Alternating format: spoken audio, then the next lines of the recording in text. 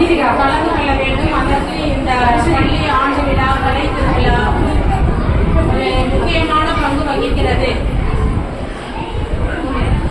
ஆகையினால் ஆசிரியர்களாகிய நாங்கள், தலைமை ஆசிரியர்கள் நான் தங்களிடம் வேண்டுகோள் வைப்பது என்னவென்றால், குழந்தைகள் தினந்தோறும் பள்ளிக்கு வர வேண்டும். தினந்தோறும் பள்ளிக்கு வந்துட்டாங்க அப்படின்னா அவங்க படிச்சிருவாங்க. லீவ் மட்டும் எடுக்காம தினமும் ஸ்கூலுக்கு வந்துட்டாங்கன்னா கண்டிப்பா அவங்களோட கோல் என்னவோ அவங்க வச்சு படிக்கணும். ஒரு நாள் கூட நீங்க வீட்டுல உடம்பு சரியில்லை அப்படின்னா நீங்க உடம்பு வேணாம் சொல்ல, ரொம்ப நல்லா இருந்தாங்க அப்படின்னா டீச்சர்ஸ் கூட நீங்க குழந்தைங்களை மருந்து கொடுத்து போனீங்கன்னா அவங்க ரொம்ப கேர்ஃபுல்லா பார்த்துக்கணும்.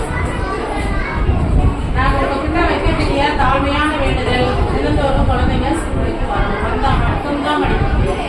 டியூஷன் வேண்டாம், எதுவுமே வேண்டாம். ஆசிரியர்களுக்கு உண்மையான ஆசிரியர்கள் எங்கள் ஸ்கூல்ல இருக்கவங்க எல்லாருமே நீங்க குழந்தைங்கள ஸ்கூலுக்கு அனுப்புனா போதும். அவங்க எல்லாத்துலயுமே நல்ல திறமையா வந்துருவாங்க. அது ஒண்ணு மட்டும் நீங்க செய்யுங்க போதும், வேற ஒண்ணு வேணாம்.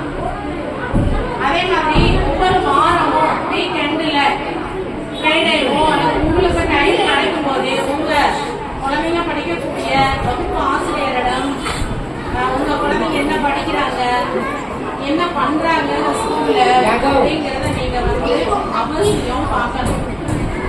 அப்பதான் நம்ம பிள்ளைங்க என்ன லெவல்ல இருக்காங்க, என்ன படிக்கிறாங்க, அவங்களோட ஹேண்ட் ரைட்டிங் எப்படி இருக்கு, அவங்களோட படிப்பு எப்படி இருக்கு அப்படின்னு அவசியம் நீங்க பார்க்கணும். டீச்சர்ஸ் கிட்ட கேட்கணும், மிஸ் ஏன் இவங்க எப்படி இருக்காங்க, இன்னும் கொஞ்சம் நல்லா படிக்கணும் அப்படின்னு சொல்லி டீச்சர்ஸ் சொல்லுங்க. உங்களுடைய மனசுல என்ன இருக்கோ அதை நீங்க சொல்லுங்க. அவங்க குழந்தைங்களுக்கு நல்லா சொல்லி கொடுப்பாங்க. குழந்தைங்களுக்கு நான் சொல்றது என்ன அப்படின்னா, ஒவ்வொருத்தரும் நாம் ஒரு எய்ம் வச்சுக்கணும்.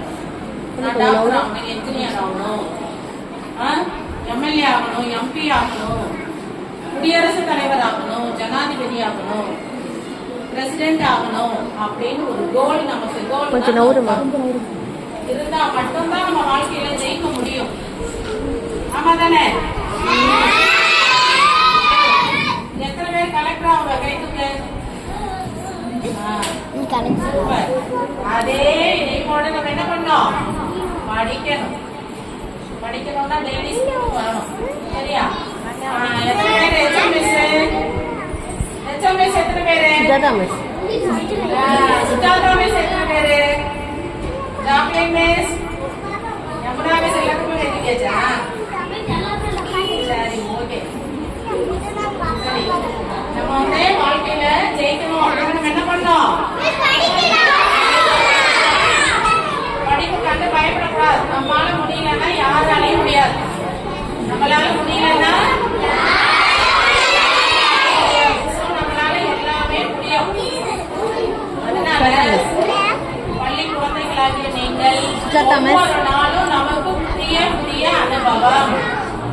ஆமா தானே? அதனால நம்ம என்ன பண்ணோம், படிக்க வேண்டிய வயசுல நல்லா ஒரு 10 வருஷம் கழிச்சு நான் உங்களை பார்க்கும் போது எல்லாருமே நல்ல ஒரு வேலையில இருக்காங்க. அதுக்கு அவசியம் படிப்பு தேவை.